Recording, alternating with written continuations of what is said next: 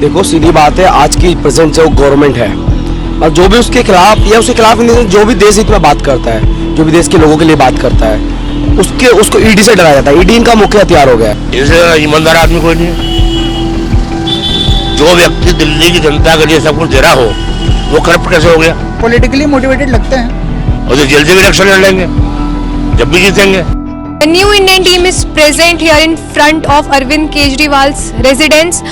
He was summoned by ED and today he declined to appear before ED, alleging that the summon was politically motivated. ED has issued summons to Arvind Kejriwal, Delhi CM Arvind Kejriwal. Manish Sisodia is in jail, Sanjay Singh is in jail. What do you think, the corruption charges against him are true or not? I don't think they are true. BJP has been floating these charges against different parties from 2014 itself. And this time also it seems like it's their thing and not our thing. इसे ईमानदार आदमी कोई नहीं है।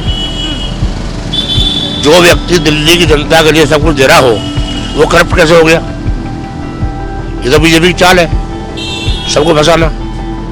देखो सीधी बात है, आज की प्रेजेंट जो गवर्नमेंट है और जो भी उसके खिलाफ या उसके खिलाफ नहीं, जो भी देश हित में बात करता है, जो भी देश के लोगों के लिए बात करता है, उसको ईडी से डराया जाता है। ईडी इनका मुख्य हथियार हो गया है। जो ईडी का ये तो हर जगह भेज रहे हैं।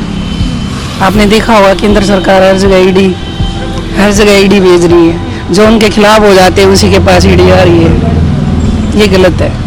केजरीवाल ने जो ईडी का सम्मन था आज उन्होंने वो स्किप कर दिया, वो नहीं गए। उन्होंने कहा कि ये पॉलिटिकली मोटिवेटेड है। एग्जैक्टली, ये पूरा पॉलिटिकल एजेंडा है कि तुम सारा ईडी को, पहली बार तो ईडी एक इंडिपेंडेंट काम करना चाहिए, ये सीधा बात है। चाहे वो रूलिंग हो या अपोजिशन हो, उन दोनों को देखते हुए काम करना चाहिए। पॉलिटिकली मोटिवेटेड लगते हैं। आप चार्जेस तो किसी पे भी लगा सकते हो, आप पर्टिकुलरली एक अपोजिशन के लीडर को टारगेट करना, ये पॉलिटिकली मोटिवेटेड तो लगता ही है। See, it's up to the investigating agencies to say, but from what I have seen in the past few days, if there was such a severe scam, it could have been proved in so many days. So many months have passed, in fact, that Manish Sisodia has been in jail.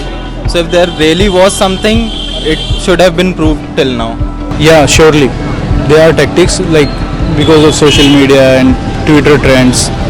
BJP has been doing these things since very long and this time also it seems like that only. Madam ऐसा है, BJP का काम है आम आदमी party को खत्म करना, और चाहे कितने भी पक्ष के नेता हो सबको जेल डालेंगे। ये तो जीतने वाले हैं नहीं, इनमें यही काम रह गया कि सबको फंसाओ। Yes, personally speaking, I do think yes, it's a tactic to, if not maybe accuse the person, but maybe waste his time so that he's not as capable as he would have been in competing the election. उनको ना सिर्फ मुद्दों पे रहना चाहिए, मुद्दों से नहीं भटकना चाहिए, और जनता को ये मुद्दों से ही भटका रहे हैं। Of course, I do think that it's an attack by BJP on opposition party, because once a controversy in the air, nobody sees if it's true, if nobody check facts. But नाम तो बदनाम हो गया ना। आने वाले elections में दिल्ली में आम आदमी पार्टी वापस आएगी। बिल्कुल आएगी, कोई रोक नहीं सकता, और जो जेल से भी इलेक्शन लड़ लेंगे जब भी जीतेंगे। हाँ, आ सकती है। कांग्रेस और आम आदमी पार्टी दोनों में 50-50 हो सकता है जहाँ तक लगता है। लेकिन बीजेपी को कोई वोट नहीं देगा, ये पक्का है। I think फिर से आएगी और डिजर्व करते हैं आना। Yes, going by the past trend, I do feel that yes, the majority will be of our government this time. I guess AAP will remain strong in the Delhi, but उन्होंने बहुत काम किया, and I like the confidence of Arvind Kejriwal that he said कि अगर मैंने काम करा हो तभी मुझे वोट देना, वरना मत देना। Aditi, as we know, Manish Sisodia and Sanjay Singh, AAP leaders, are already in jail.